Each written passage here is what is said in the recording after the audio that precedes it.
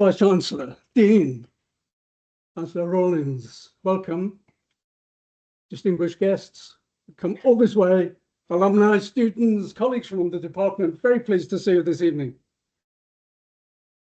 I have to say, we have a system within the university where we do peer reviews on each other's lectures and give constructive feedback. But never before has a lecture had been peer reviewed by the Vice-Chancellor and the Dean and my head of department. So forgive me if I'm a little bit nervous. And students, if I don't make it to your class tomorrow, you'll know why. Let me just start by giving an extra little plug for the tax clinic, because that many John McFarlane here as well, will I? Oh, there it is. Yes. Now look, there we are. You know, when you get to a certain age, you know, and your GP sends you to University College Hospital to see a consultant, and they prod you and do all sorts of things to you. It's all free, isn't it? But there is a price to pay. And the price to pay is a certain indignity, because you have to be surrounded by 4 or 5 or 6 or 7 medical students. Well, our tax clinic is a little bit like that. Yes? We will take a deep dive into your finances. But what we ask of you is that you permit our students to sit around, to learn, to participate, and even to hold your hand. You know, so that is what the Dean was talking about. You know, it's a service that we hope to the community, but we also want to give our students that real practical feel of what is going on. And it's expert advice, because you see all these chartered accountants. Actually, there's a lot of chartered accountants. I mean, isn't there a saying that you're never more than 6 feet away from a chartered accountant? I mean, there is that kind of saying, isn't there? And I remember, I'll tell you a little story. That we used to have a biology lab, and they used to experiment on rats. And this is years and years ago. I mean, nobody here today will know about this. And I went over one day, and the head of the department said, "We've stopped using rats. Stopped using rats completely." And he said, "We're using chartered accountants instead." So I said, "Well, why?" And he said, "Well, 3 reasons. 3 reasons. Oh, by the way, when they tell you when you're giving a speech, never say there are 3 reasons, because you'll always forget the 3rd. Yes, but he said 3 reasons. First of all, he said, there are more chartered accountants around these days. And secondly, he said, some of our teachers got rather emotionally attached to the rats." So that was the reason. I said, "But you said there was a 3rd reason." He said, "Yes." He said, "There are some things rats just won't do." Yes, but our chartered accountants, of course, they will do whatever you come and ask them to do. So the budget. Well, I'm going to start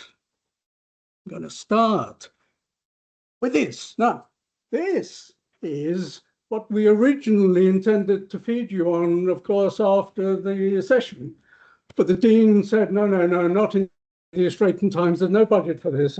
So absolutely not. So don't get your hopes up. But it is a smorgasbord. And of course, that's how this budget was described, wasn't it? That it is a smorgasbord, a Swedish smorgasbord, of all sorts of little things. So the things that I'm going to talk about today are a little bit of a smorgasbord of things. And well, there's a lot more in it. And certainly I am going to sort of have time to talk to you this evening, because lots of policy decisions. And the intriguing thing about it is that in addition to being called a smorgasbord, it's a spend now, pay later, because the amount of money that you're going to raise this year, look, it's tiny. Yes, it's 70 million. And the amount of money that is going to raise in 3 or 4 or 5 years' time, look at that figure, 28 billion. And this is something from that well-known organization called the Office of Budget Responsibility, which, if I can get up on screen, no, you can see there that the spending is in blue. The spending is in blue, and the spending is happening straight away. But the taxing, you see, much, much later. So that it's only until we get to 2030 that the Chancellor is hoping to raise the tax to meet the spending commitments. So let's get straight to the detail. Now, I can recognize one or two people here from last year. And you may remember that last year, this is what we had. This is the Peasants' Revolt from last year. This is Jeremy Clarkson, as you know. And the big news last year was that agricultural property and business property was no longer going to be exempt from inheritance tax. And what I'm sort of telling you today in terms of last week's budget is that they didn't change that. Here is Jeremy Clarkson again protesting in front of Parliament. They haven't changed it. So from next 6th of April 2026, only 1 million of agricultural property is going to be exempt from inheritance tax, with the remainder taxable at 20%, i.e. 50% off the normal thing. Now, okay, not many of you are going to be really interested in this relief, but the same applies to business property. Yes, so the message now in terms of inheritance tax planning, it is still completely 100% free of inheritance tax. But from 6th of April next year, there is one relief for both business property and agricultural property. Only 1 million will be exempt from inheritance tax, the balance at 50%. So time to plan. Now, I have to confess that being a Welshman, I had a personal interest in this, and therefore the reason for that is there is my little farm in North Wales, but we're not rich farmers, we're poor tenant farmers, yeah, so we're not directly affected.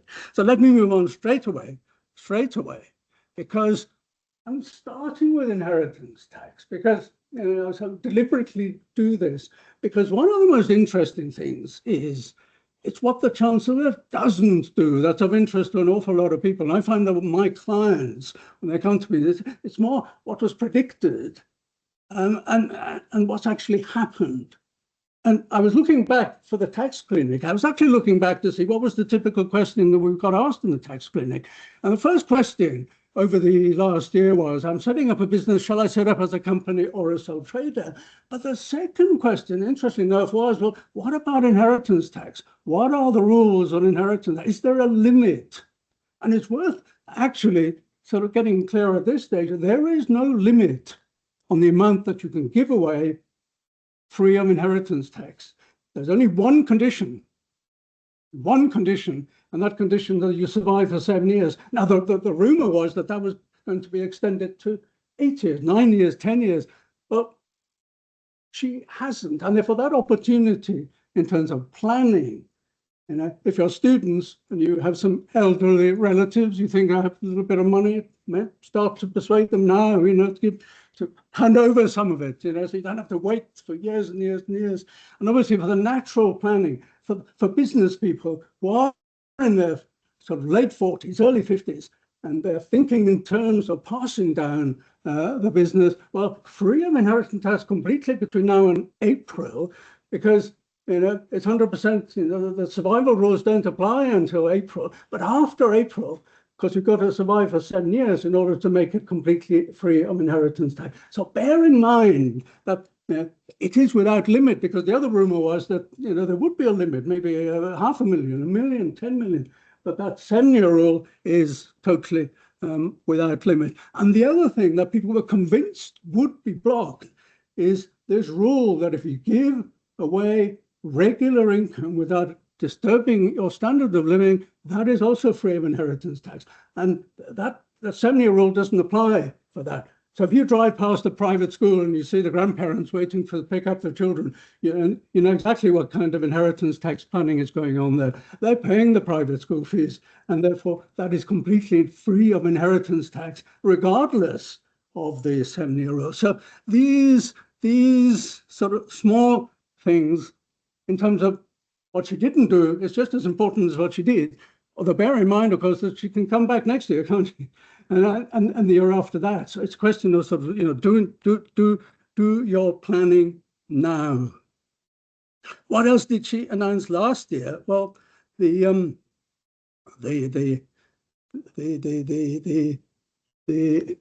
key thing on last year was again pension funds. Pension funds. This last year, she said that from April 2020, when did it say that? Yes, no, that was the other one. Let's get back to the pension funds. That's the pension funds. Now, there's not much you can do about that. Yes, it's from April 2027. Any unused pension funds will be subject to inheritance tax. To tell you the truth, it wasn't surprising, because the absolute standard planning over the years was people were filling their pension funds on the basis they could leave it to their children and grandchildren completely free of inheritance tax. Now, these are self-employed pension funds, because not public sector pension funds. Because with the public sector funds, there is nothing left. Is there? With a public sector pension fund, you are promised a pension, and if you haven't taken it by the time you die, well, that's it. There is nothing left. We're talking about SIPs, self-invested personal pension plans, where people set up because they are self-employed or in non-pensionable employment, well, from April 2027, subject to inheritance tax. Not much you can do about that, yes, because you can't actually. The only advice you can give to people on that is that spend it, yeah, draw down the pension and spend as much as you can. So what else have we got to say about this budget? Well, they say it's a horrible budget for Henrys, and by extension, Henriettas. And our question is, well, are you one of those? Now, let me tell you what it means, and then you can tell me. And go on, have a go on that, on that QR code, yes, and tell me, give it a go. A Henry is someone who is high earning, but not rich yet. Yes. Now, I would have thought every one of you here would certainly be in the first category, or at least standing at the back. Our students would certainly be aspiring Henrys and Henriettas. So go on, let's see, go and try it. Give me an answer on that QR code. Give me an answer as to whether you are a Henry or a Henrietta. I'll give you a couple of minutes to try that, and then we'll see what. And let's see if it comes up on screen. Some of you give it a go. Are you a Henry? Are you high earning, but not rich yet?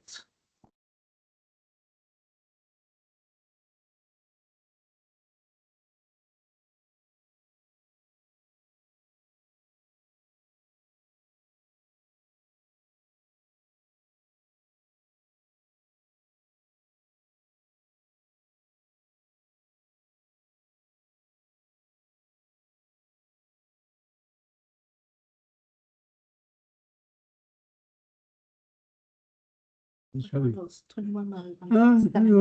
okay. Okay, so there you have it. There you have it. Let's put it back then to this. And of course, why is it a horrible budget for the Henrys? Well, it is primarily.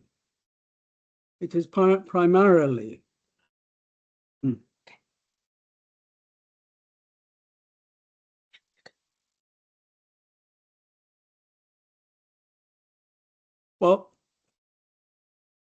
it's because of what they've done to income tax.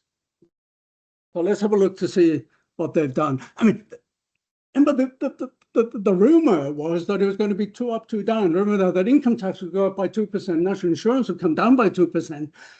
And that was put out to get reaction, and the reaction certainly from the sort of Labour MPs was, no, they were breaching the manifesto. So what they've done is they've just frozen the thresholds. Yeah? So they've frozen the personal allowance, 12,570. They've frozen the higher rate threshold at 50,000 and something, frozen the additional rate threshold at 125,000. And you can sort of see the effect of that. Well, one of the effects is that the full state pension is coming very, very close now to 12,570. And there was an announcement saying that, well, these pensioners won't have to fill in tax returns.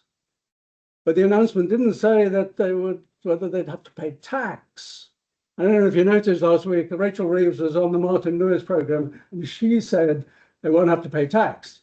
And you can imagine the Treasury officials sort of having a panic and sort of working all night on this. And then the next day came the announcement, in fact, true, they wouldn't have to pay tax so long as they didn't have any other income. Yeah? So they're going to have to work on that. So it implies that if you are going over the threshold with your pension and you have just a little bit of other income, you're going to have to pay the tax. But look at this graph, again, from the Office of Budget Responsibility, because no one had heard of the Office of Budget Responsibility until last week when it all went pear-shaped, didn't it? And they released the budget notes an hour before the Chancellor was due to stand up. Look at the way more and more taxpayers are being brought into the tax net simply as a result of this, what's called fiscal drag, isn't it? It's the freezing of the allowances. And look at that yellow line. Yes, look at that yellow line. Go back to 23, 24. Can you see the yellow line? It's about 2.4 million were brought in because of the freezing last year. And then look where it's got to by the time we get to 31, when the freezing is meant to stop. Well, an additional, 4.8 million additional taxpayers have been brought into the tax net. And of course, there's no telling it. I mean, that freeze could go on. The green one is just as bad, isn't it? Additional rate, 50,000.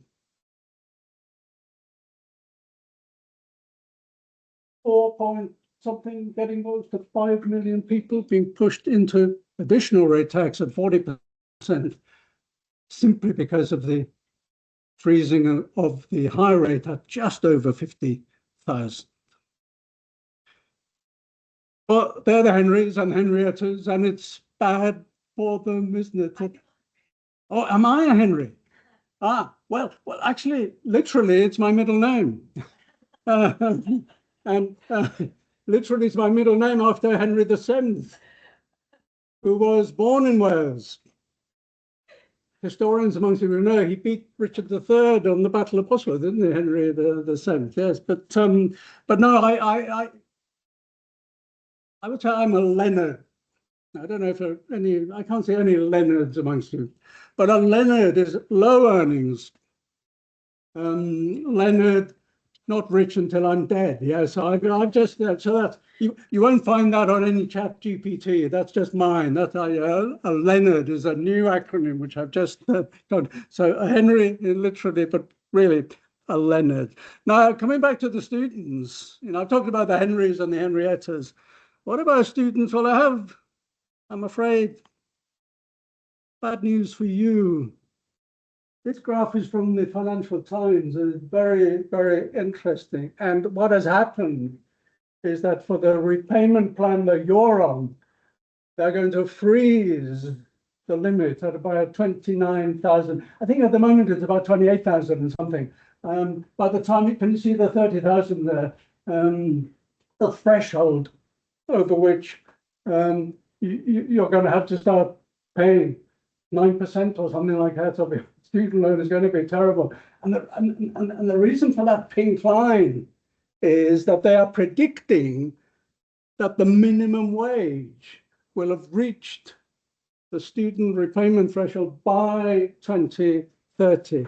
So you're going to, unfortunately, maybe it's good for the country that you do, but unfortunately, your marginal rate, even if you're on the minimum wage in 3 years or 4 years' time, is actually going to be pretty high, yes, with the 20%, 8% national insurance, the 9% student loan.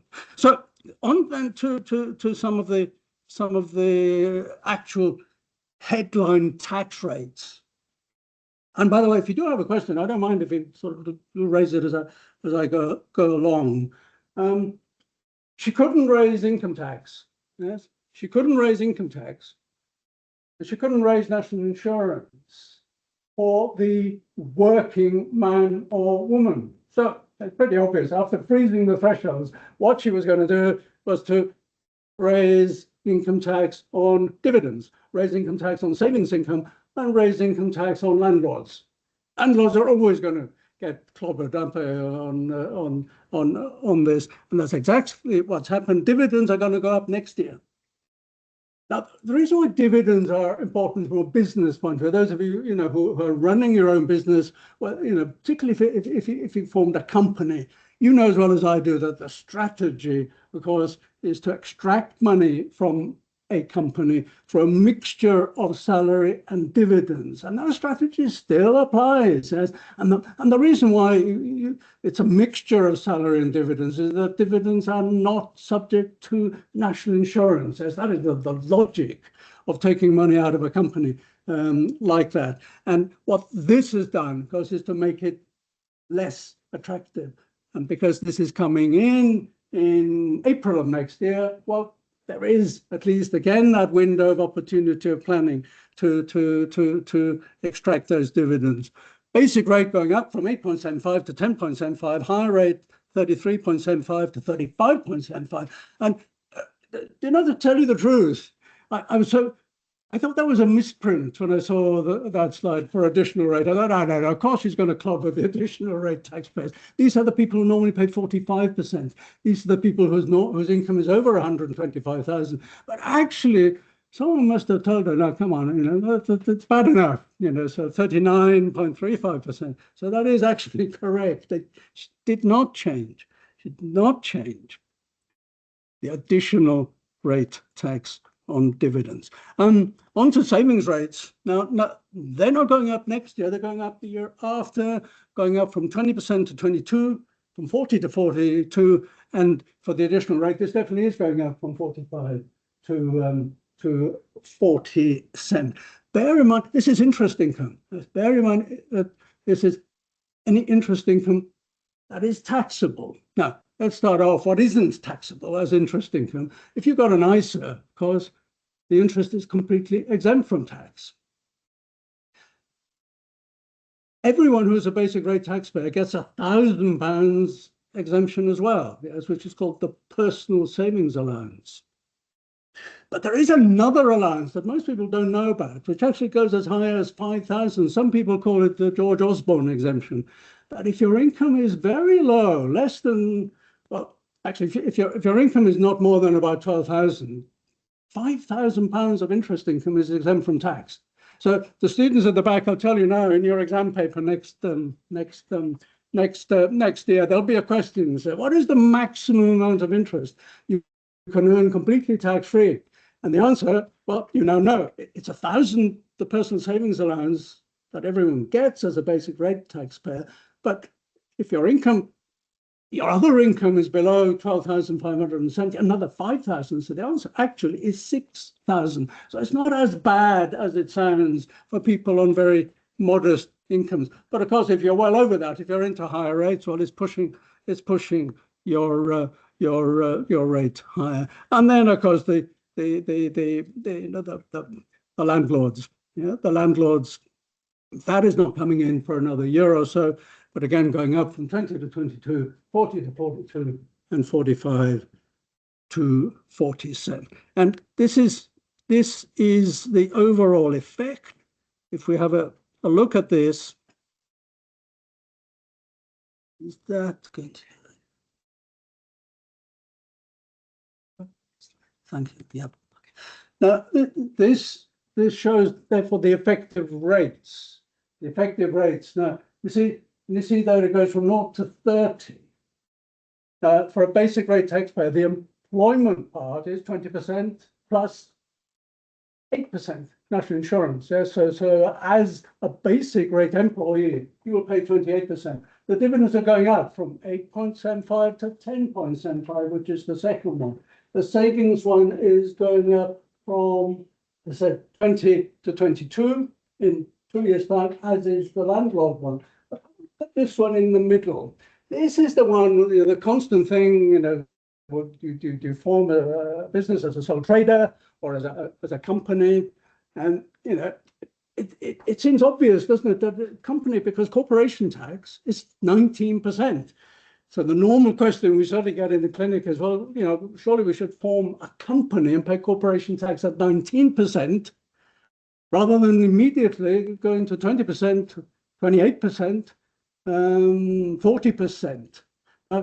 Because that sounds right, but there's a snag, because if you form a company, you've got to get the money out. As I said before, getting the money out is bound to result in another tax charge. I mean, some people say, well, the company could lend us the money, but they thought of that and they'll club that with a pretty hefty charge as well. So the only way to live if you form a company, of course, is to take money out in the form of some kind of salary, some kind of dividend. Now, what this is showing is that and this is deliberate on the part of, certainly, maybe the government, I would say, probably doesn't understand this in sufficient detail, but it's certainly part of the strategy of the civil servants and the think tanks, is to try and reduce the attractiveness of working through a company. So when we say dividends after corporation tax, well, maybe why don't I show you? Actually, sorry, can you show me the numbers? They're right at the end. We can show how this works. I don't do it myself because I probably lose it right at the end of that thing. I want to show you the way that it works right at the end. Sorry, it's just a lagging look. Very last slide, yeah. Yeah, it's they will move at one point. Yep, it's moving. This one now. Yes. Have a look at this. Just so you can see exactly what I mean.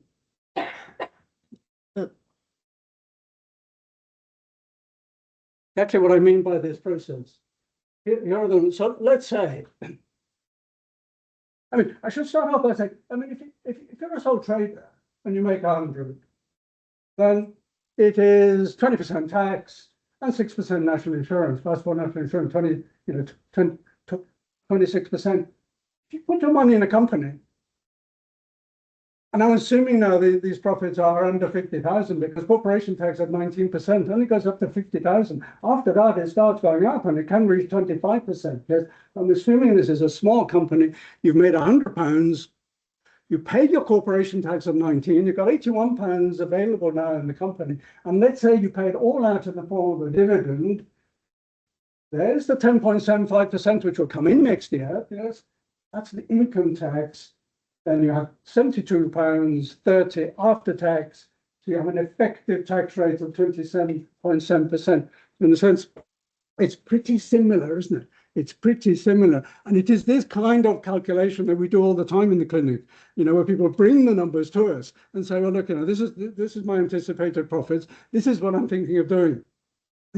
How does it all work out in tax? And of course, there are other issues to come in, like, pension contributions and things like that. Yeah.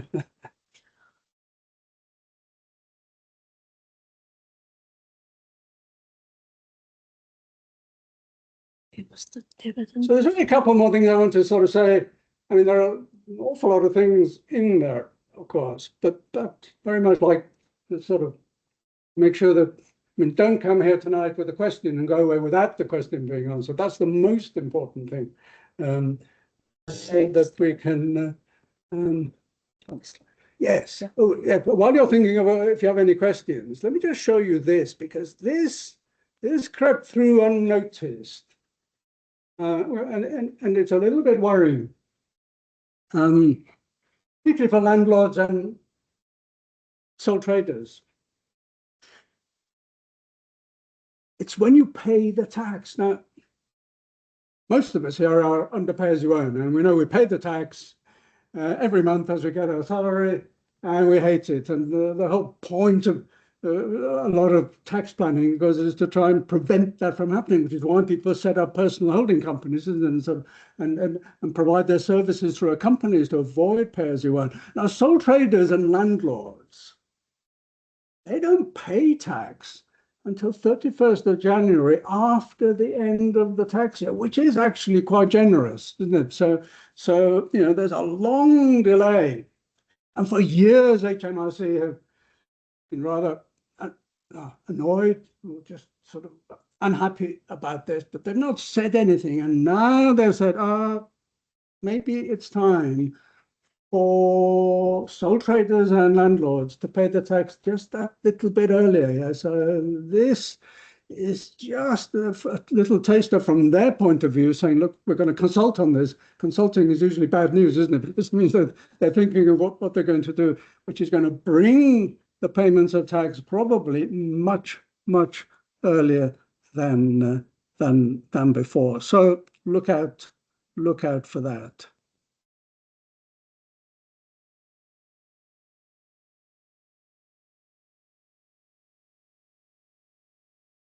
Let me talk about capital gains.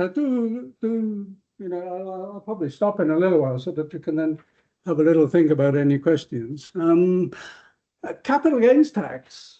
Now, again, the rumor was, well, they're going to align the rates. Capital gains tax is going to go up to 40%, up to 45%, but they didn't do it. Yes, they didn't do it. And there is this curious exemption that, again, very difficult to plan for, but the rumor was that she was bound to block this. There is an exemption from capital gains tax on death, because you're deemed to give away all your assets. Yes, and there is inheritance tax on death. So you might think, well, perfectly reasonable. You can't have capital gains tax and inheritance tax. But if the thing is inheritance tax exempt because it's all going to your spouse, then it is a combined effect so that it passes completely tax-free with an uplift in the capital gains base. It sounds a bit technical, but the comments all along was she's going to come for this. She's going to come. It's an obvious thing to go for. There will be capital gains tax on death, and people are talking about the combined of capital gains and inheritance. But it didn't happen. It didn't happen. Yes. What else is going to happen? Well, it's sort of intriguing because you think it's a growth budget. It's meant to be a growth budget. The one thing they actually clamped down on was this sale of your business. Let's say you're running a business and your children aren't interested in taking over.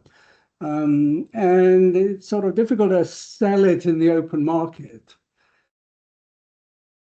One of the things to do completely tax-free is to set up an employee trust and then to sell the shares in the company to the employee trust. And the classic one of that, and I'll stop on this one because it is a practical example. I don't know if you've ever been in their shop, Richard Sounds. They always win the awards for the best service. I think they either come before John Lewis or after John Lewis. And Julian Richard decided he was going to pass the business entirely to his employees. But he used this strategy because he didn't pay capital gains tax. He didn't pay capital gains tax. I mean, he got full value. He didn't give them to the employees. Yes, I mean, it wasn't philanthropy. He sold at market value to a trust set up for the employees. That company is now owned by the employees.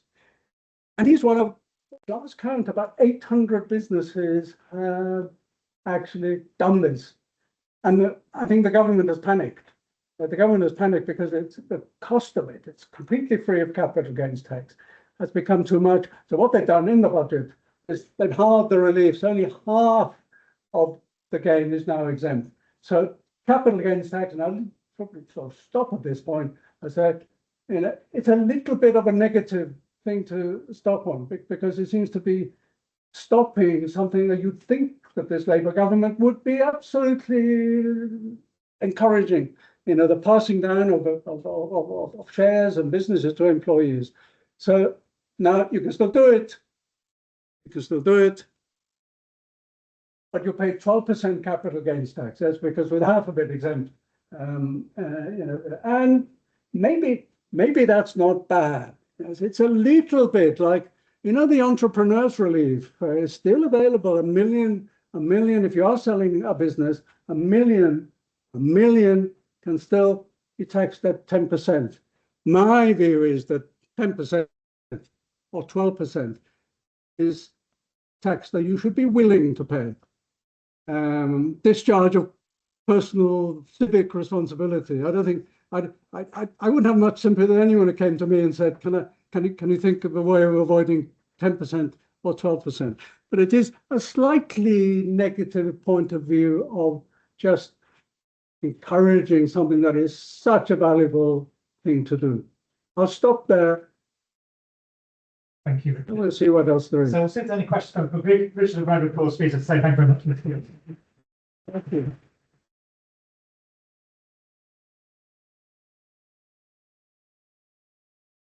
Before I go to the floor, Richard, one of the things that's on your previous slide talks about the business asset disposal tax relief going to 18% in April 2026. But people know that was 10% up until this change. And I thought for many small businesses, this exit strategy of disposing of your entrepreneurial startup and only having to pay 10% of £1 million and now having to pay 18% of £1 million is quite a sizable change in terms of tax rate. Yes. Was that flagged at all, or was that coming? Yeah, no, it was. It was, and of course, it's even worse than that because it used to be 10 million at 10%, didn't it? When it was called retirement relief. So yes, it has been eroded and eroded. Yes, they did say last year. They said, look, it's going to be 14% in this coming year, and it will be 18% next year. It dropped from 10 million, I think, to 2 million. Dropped from 10 to 2. Yes, you're right. Then to 1 million, and the 10%. And then 14 and 18. Because it's a really good exit strategy for many people that set up their own businesses to exit from their companies and have this massive entrepreneurial tax relief at the top. Yes. Nothing disposal, only paying 10%. So this creep in terms of that tax take just makes it less and less favourable for business to exit out of their companies. So thank you. That gets into a lot of detail. Questions from the floor? Yes. Bring the mic over.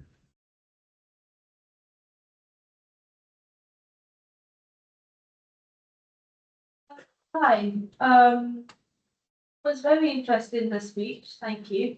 I was wanting to ask, is there any government support for a young person who would like to start up a business? Well, that's about, yes, it's a good point to raise, and there isn't, certainly not in this budget.